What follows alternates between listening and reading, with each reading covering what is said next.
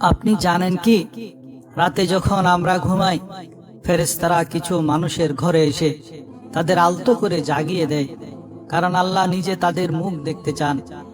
আবার কিছু মানুষের কপালে এমন পাহারা বসানো হয় যেন তারা কোনোভাবেই জাগতে না পারে, কারণ আল্লাহ তাদের উপর অসন্তুষ্ট। আপনি কি জানেন আপনি কোন দলে আছেন? রিজিকে বরকত নাই, পরিবারে অশান্তি, কিংবা দীর্ঘদিনের কোনো মনের আশা পূরণ হচ্ছে না। আমরা অনেক সময় অনেক কিছুর পেছনে ছুটি, কিন্তু ভুলে যায় আসল চাবিকাঠি কোথায়। আজকের ভিডিওটি তাদের জন্য যারা নিজেদের ভাগ্য পরিবর্তন করতে চান।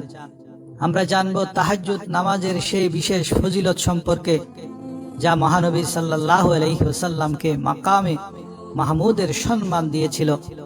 খুব সহজ পদ্ধতিতে কিভাবে মাত্র 15-20 মিনিট খরচ করে আপনি এই অমূল্য ইবাদতটি আপনার রুটিনে যোগ করতে পারেন, এবং কেন বদনজর বা হারাম খাবার আপনার এই পথ আটকে দিচ্ছে। আজ আমরা জানব তাহাজ্জুদ নামাজের সেই অলৌকিক শক্তি সম্পর্কে, যা কেবল আপনার গুনাহ মাফ করে না, বরং আপনার রুজি রোজগার, কেরিয়ার এবং মানসিক অশান্তির এমন সমাধান দেয় যা কোনো ওজিফা বা তাবিজ দিয়ে সম্ভব নয়। বিশেষ করে ভিডিওটির শেষে হযরত আব্দুল্লাহ জুল বেজাদাইন রাদিয়াল্লাহু তাআলা আনহুর সেই গল্পটি মিস করবেন না, যা আপনার জীবন দেখার দৃষ্টিভঙ্গি বদলে দেবে। তাহাজ্জুদ কেবল একটি নফল নামাজ নয়, এটি আল্লাহর সাথে একান্ত প্রেম বিনিময়ের একটি মাধ্যম। এর বিশেষ কিছু মর্যাদা রয়েছে। শেষ রাতে যখন বান্দা ঘুমের মায়া ত্যাগ করে দাঁড়ায়, তখন ফেরেশতারা সেই বান্দার নামের তালিকা তৈরি করেন। নিয়মিত এই আমল করলে আল্লাহর বিশেষ সান্নিধ্য বা কুরবত হাসিল হয়। পবিত্র কোরআনে মহানবী সাল্লাল্লাহু আলাইহি ওয়াসাল্লামকে তাহাজ্জুদের মাধ্যমে মাকামে মাহমুদ বা প্রশংসিত স্থানে আসীন হওয়ার সুসংবাদ দেওয়া হয়েছে। আমরাও যদি তার সুন্নত অনুসরণ করি, তবে পরকালে আমাদের মর্যাদা বৃদ্ধি পাবে ইনশাআল্লাহ।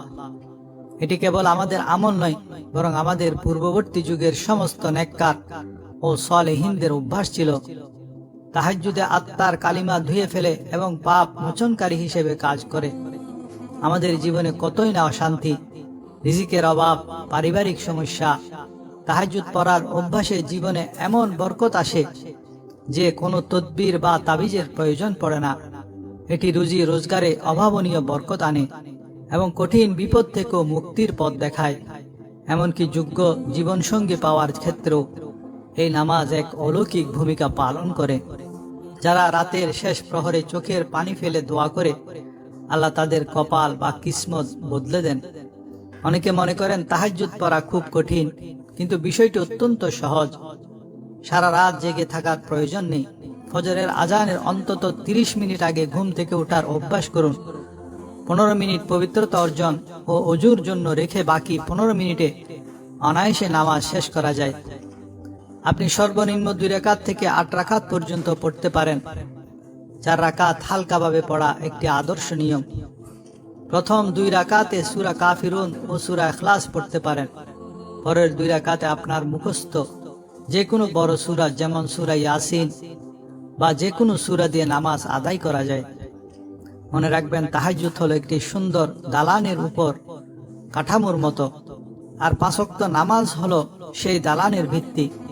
ভিত্তি দুর্বল হলে যেমন দালান টিকে না, তেমনি ফরজ নামাজ ছাড়া নফল ইবাদতের পূর্ণ সুফল পাওয়া যায় না। এটি এমন এক সময় যখন বান্দা সরাসরি রবের সাথে কথা বলে। এখানে কোনো মাধ্যম লাগে না, কোনো পর্দা থাকে না। ইচ্ছা থাকলেও অনেকে তাহাজ্জুদে উঠতে পারেন না। এর পেছনে কিছু আধ্যাত্মিক কারণ রয়েছে।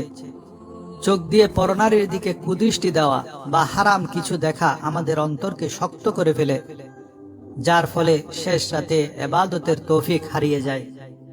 বাজার থেকে কেনা ভেজাল বা সন্দেহযুক্ত খাবার এবং হারাম উপার্জন আত্মিক শক্তি কমিয়ে দেয়। পাক পবিত্র ও হালাল খাবার তাহাজ্জুদের তৌফিক বাড়িয়ে দেয়। হাদিসের আলোকে শেষ রাতে মানুষের অবস্থাকে 3 ভাগে ভাগ করা হয়েছে। নাম্বার 1, যাদের আল্লাহ অত্যন্ত ভালোবাসেন। আল্লাহ ফেরেশতাদের হুকুম দেন যেন তারা এই বান্দাদের আলতো করে ডানা দিয়ে স্পর্শ করে জাগিয়ে দেয়, যাতে তারা আল্লাহর সাথে কথা বলতে পারে। নাম্বার 2, যারা সারাদিন দিনের কাজে বা হালাল উপার্জনের পরিশ্রমে ক্লান্ত হয়ে ঘুমিয়ে থাকেন, আল্লাহ তাদের ঘুমানো এবং জাগা উভয় অবস্থাতেই সমান খুশি থাকেন। নাম্বার 3, যাদের আল্লাহ পছন্দ করেন না, ফেরেশতাদের হুকুম দেওয়া হয় যেন তারা পাহারায় থাকে, যাতে ওই বান্দা জেগে আল্লাহর সামনে দাঁড়াতে না পারে, কারণ আল্লাহ তাদের উপর অসন্তুষ্ট এবং তাদের মুখ দেখতে চান না। হযরত আব্দুল্লাহ বিন ওমর রাদিয়াল্লাহু তাআলা আনহুর একটি ঘটনা। রাসূলুল্লাহ সাল্লাল্লাহু আলাইহি ওয়াসাল্লাম একবার বলেছিলেন, আব্দুল্লাহ অনেক ভালো মানুষ, যদি সে রাতের বেলা তাহাজ্জুদ আদায় করত।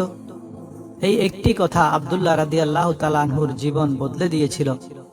এরপর থেকে তিনি সারা জীবন রাতে খুব অল্প সময় ঘুমাতেন এবং বাকি সময় আল্লাহর সিজদায় কাটিয়ে দিতেন। হযরত আব্দুল্লাহ বিন জুল বিজাদাইন রাদিয়াল্লাহু তাআলা আনহুর একটি চমৎকার ঘটনা। তিনি ছিলেন এক রাজকীয় যুবক, কিন্তু ইসলামের জন্য তিনি সব ত্যাগ করেন। এমনকি তার চাচা তার শরীর থেকে কাপড় পর্যন্ত কেড়ে নিয়েছিলেন। তিনি 2টি চাদর জড়িয়ে রসুলের দরবারে হাজির হন। তার ইবাদতের একাগ্রতা দেখে স্বয়ং রাসূলুল্লাহ সাল্লাল্লাহু আলাইহি ওয়াসাল্লাম মুগ্ধ ছিলেন। তার মৃত্যুর পর নবীজি সাল্লাল্লাহু আলাইহি ওয়াসাল্লাম নিজে তাকে কবরে নামিয়ে দোয়া করেছিলেন, হে আল্লাহ, আমি আব্দুল্লাহর উপর সন্তুষ্ট, আপনিও তার উপর সন্তুষ্ট হয়ে যান। হযরত ওমর রাদিয়াল্লাহু তাআলা আনহু এই দৃশ্য দেখে আফসোস করে বলেছিলেন, হায় আব্দুল্লাহর জায়গায় যদি আজ আমার লাশ হতো। এই আব্দুল্লাহর সবচেয়ে বড় আমল কি ছিল জানেন? তিনি কোনোদিন তাহাজ্জুদ নামাজ কাজা করেননি। অত্যন্ত একাগ্র চিত্তে তিনি রাতে উঠে তাহাজ্জুদ নামাজ পড়তেন। প্রিয় বন্ধুরা, একজন শ্রমিক যেমন সারাদিন হাড় ভাঙা খাটুনি শেষে দিন শেষে তার মজুরি পায়, একজন মুমিনও তেমনি সারাদিনের ইবাদত ও কষ্টের পূর্ণতা পায় শেষ রাতের একাকী মুনাজাতে। তাহাজ্জুদ হলো আল্লাহর পক্ষ থেকে দেওয়া একটি বিশেষ দাওয়াত। এই দাওয়াত কবুল করার সৌভাগ্য যেন আমাদের সবার হয়।